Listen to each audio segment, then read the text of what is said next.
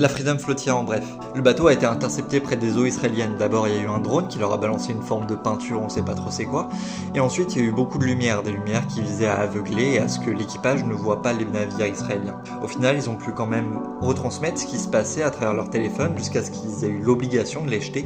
Mais on a quand même eu quelques vidéos pour retracer ce qui se passait. Après leur arrestation, l'armée israélienne a fait une vidéo de propagande en disant « Regardez, on les nourrit », en minimisant leurs gestes humanitaires à travers les gens qui sont là juste pour faire des selfies. Sauf que non, c'est une aide humanitaire qui est prévue depuis longtemps avec plus d'aide que l'Israël n'aura jamais donné.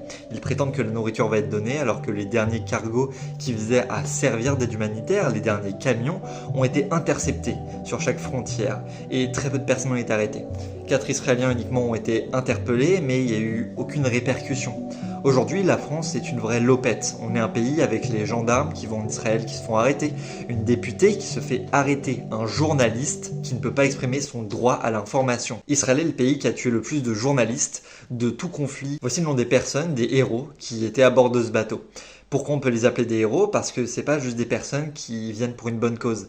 C'est des gens qui inspirent. Le silence est complice, le président est complice, il n'y a rien de plus à dire. Le ministère des Affaires étrangères dit qu'il avait prévu un pacte avec Israël, histoire de ramener les Français, sauf que il aurait dû simplement prévoir l'interdiction de cette arrestation, parce qu'elle est totalement illégale vu qu'elle se passe dans les eaux internationales. En bref, Israël vient encore de commettre un crime et encore une fois, on va passer au-dessus parce que ils ont trop peur d'être qualifiés d'antisémites.